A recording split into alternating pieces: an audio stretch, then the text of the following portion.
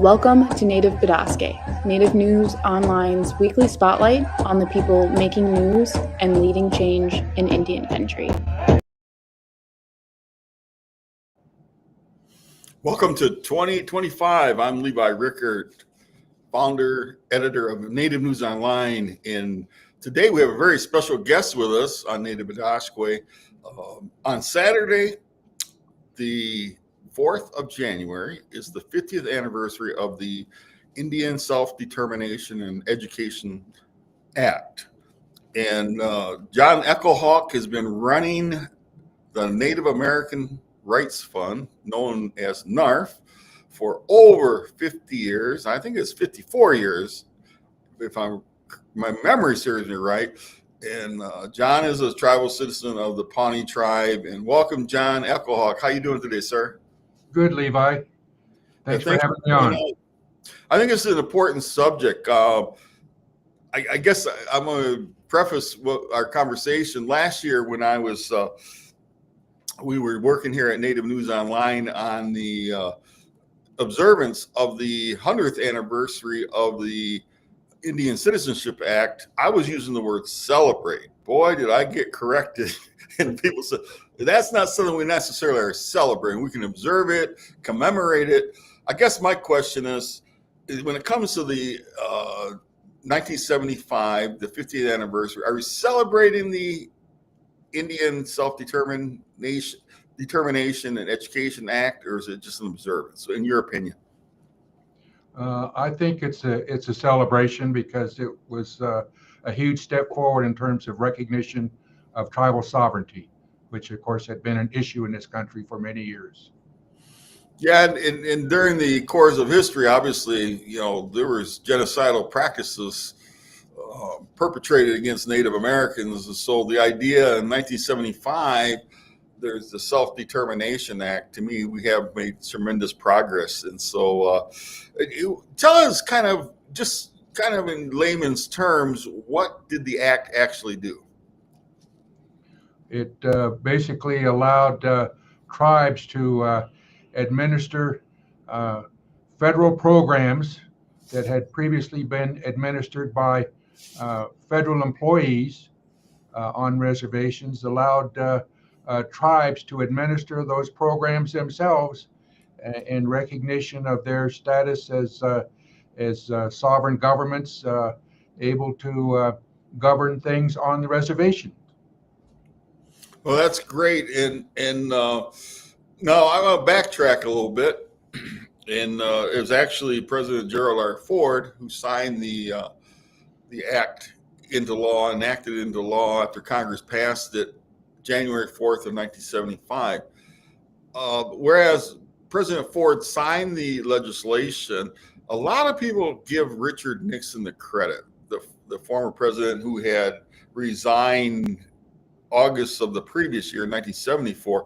Would you agree that Nixon should get a lot of credit for the Indian Self-Determination Act?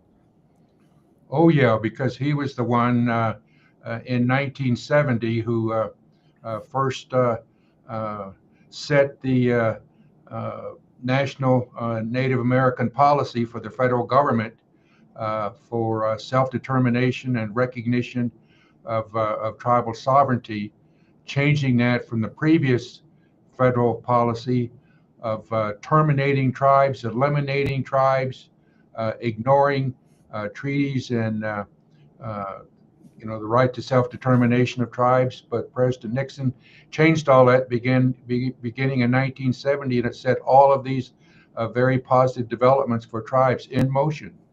And of course, culminated there in early 75, as you said, Levi, with the approval of the Indian Self-Determination Act. Yeah, and to those who study history, so much of what was written about Richard Nixon as president was the Watergate scandal, obviously. And so I think maybe a lot of the younger Americans, particularly Native Americans, younger ones, are actually shocked that he was one of the most favorable presidents towards Native Americans in the last, 100 years? Yes, he was. He was someone who knew something about us because of his upbringing there in Southern California and getting educated by a native coach that he had down there when he was playing football. And he also benefited from having some real good advocates in Washington, D.C. Start to push for recognition of tribal self-determination and tribal sovereignty. That was really led by LaDonna Harris, the wife of a senator then, Fred Harris, and had really organized a campaign to lobby the White House to have this federal policy changed that, of course, Richard Nixon did. Yeah, and interesting enough, I'm not a historian by any stretch, but I am a student of history, and I had read in a biography about Richard Nixon about the coach from Whittier College and how they really took a liking to each other. And the coach gave Nixon a lot of self-confidence, and they remained friends. And LaDonna was she told me that story. And then I said, well, I just read that in a book last summer, and she got the biggest kick out of that. But she gave me a really good quick history lesson and about her involvement as well. And she was kind of one of those unsung heroes, as far as I'm concerned, in American Indian history, that she was so active in really pushing the advocacy for Native Americans, especially with the self-determination. So kudos to LaDonna Harris, and she's out there in Albuquerque now. So let me ask you this question then. Talk about the educational assistant portion of the act. Can you speak to that? I'm not exactly sure which reference you're making, Levi. Of course, Self-Determination Act allowed the tribes to administer any federal programs, and some of those were education programs. Is that what? Okay, because the education is tacked on to the name of the act. So I was wondering if there were special nuances or something that tied to education. As I recall, the Kennedy report had come out just before that, maybe early 70s, that really spoke to the disgrace of how Native Americans were not properly educated as we should have been. And it even alluded to the deplorable treatment of Native American students at Indian boarding schools. And obviously, Secretary Holland and Brian Newland have done a really good job recently about it, bringing more light to it. But I think maybe it was put in there just to say that they need to do a better job about educating Native Americans. Yeah, I think maybe that was it. I don't have any other information on that, Levi. Okay. And with time going on, John, let's talk about the Self-Determination Act. I mean, are we better off is Indian country better off as a result of Self-Determination Act? Yes, I think so, because it's really allowed tribal governments to develop their institutions as they're able to administer these programs and in the way that benefits their citizens in the best ways. And it just really recognize their ability to do that, and they've of course done a great job.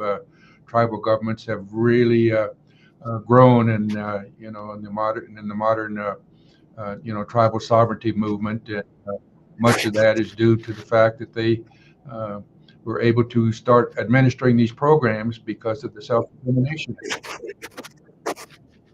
Now, you also hear, besides the term self-determination, you hear self-governance. Are they one and the same, or is there a difference? Well, I think they're really kind of one and the same, because they're both words that basically mean that the Indians make the decisions and carry out the programs and everything. And I think basically it's the same. Okay, and then certainly I would say that the Self-Determination Act got us past this paternalistic stance that I don't know if they use it as a joke, but we kind of joke about it these days, calling it the Great White Father, right, in Washington, telling us what to do. But there was a time in American history where Native Americans were really treated from a real paternalistic standpoint. So would you agree that the Self-Determination Act moved us beyond that point? Oh, it certainly did, because before that, the Bureau of Indian Affairs and the federal government basically ran virtually everything on the reservation, because they're the ones that had the money and carrying out the programs and things. And, the tribes really weren't part of that process. And, with the Self-Determination Act, they basically took over that process and started administering all of those programs on the reservations. Now, you're old enough, and I say this with utmost respect for your age, being around when the act was enacted 50 years ago. What do you what was it, the National Congress of American Indians, or who worked with the Nixon and even into the Ford administration to get it over the threshold to get it accomplished? Well, I think it was the tribal leaders around at that time, and they were all inspired by the advances that we started to make after President Nixon adopted the self-determination policy. And one of the results of that was the federal government helping the tribes in the Northwest file the fishing rights litigation that we helped the tribes with. And of course, that resulted in the Bolt decision of 1974, recognizing Indian treaty fishing rights, and that followed the Congress's action in 1973, restoring the Menominee Nation that had been a terminated tribe. So termination was on the way out too, and tribal leaders are really inspired by all of these developments like that, and really pushed for the Self-Determination Act and got it done. That's great, and younger Native Americans should be really appreciative of the efforts of their ancestors. Many of them are gone now, but it takes, as they say, a community, right, or a village, and it takes a nice Indian community and village, if you use that word, to really raise a child, but in this case, get things done in Washington, D.C.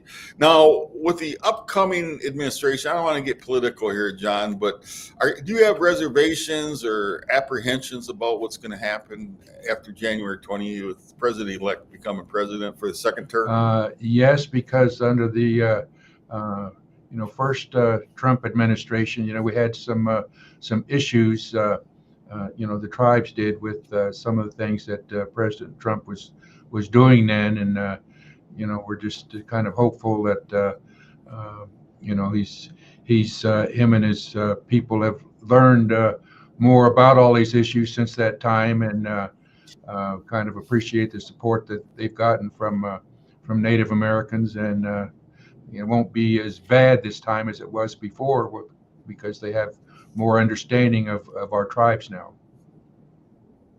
Well, that's good to hear, because we at Native News Online will be really monitoring what's going on, and not just with the administration, but in Congress as well. And I guess the good news is we do seem to be in a good place when it comes to bipartisanship. Some of the acts or legislation was even passed this past Congress, the 118th. Seems to be that there's a much better understanding of some of the Native American issues. Yes. And I think, would you agree with that? I think so. More and more people have come to understand this. That's always been one of our biggest issues, is so many people in the public didn't really know about tribes and tribal sovereignty and our history and the policy and everything, and that's improved. Well, and then I give one last question for you, and it really is off of the self-determination, but I just would, if you don't mind, Secretary Deb Haaland is leaving office, obviously, with the end of the Biden-Harris administration. What would you say her legacy will be in terms of of being the first Native American ever to serve in a secretarial role at the Department of the Interior. Oh, she's done a really great job on all of these issues affecting tribes there as Secretary of the Interior, and I think helped educate other cabinet officials about that, and had great support from President Biden and Vice President Harris, and it just so many great things have happened during this administration, and her leadership was a real key to all of those developments.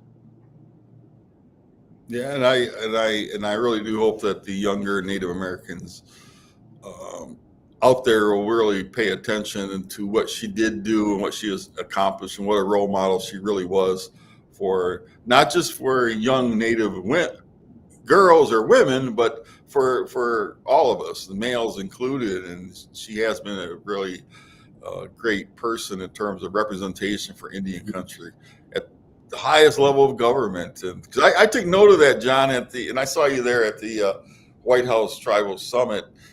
Various secretaries from different cabinets would voice that, hey, you guys may not know, but she was one of your biggest advocates sitting at the table and always defending Indian country. But that sure put a smile on my face. Me too. That's great. Yeah. Well, John, thank you very much for coming on such a short notice, and Happy New Year to you. It's still early part of this new year, and wishing you all the best, you and your staff at NARF that do such a fantastic job for Indian country. Thank you, Levi. Happy New Year. Yep. Thank you, sir.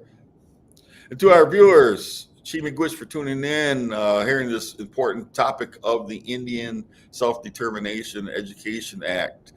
Our guest was John Echohawk from NARF, who's run it for close to 54 years now and done a fantastic job. And we'll be back next week with another episode of Native Bidaské. In the meantime, take care. You hear me say this all the time, young ones, take care of those elders, give them hugs, and be kind to all of your tribal friends and neighbors. Chimigwich, see you next week. If you appreciate what we do here at Native News Online, we invite you to donate to support our continued work covering Indian country. You can scan this code with your smartphone or go to the link located below this video to donate today. We greatly appreciate your support. Please be sure to subscribe to our YouTube channel and follow us on Twitter, Facebook, and Instagram. And be sure to scan this code or go to the link below to subscribe to our newsletter. Thank you for joining us today, and please be sure to join us again next week for another episode of Native Bidaské. Chimigwech.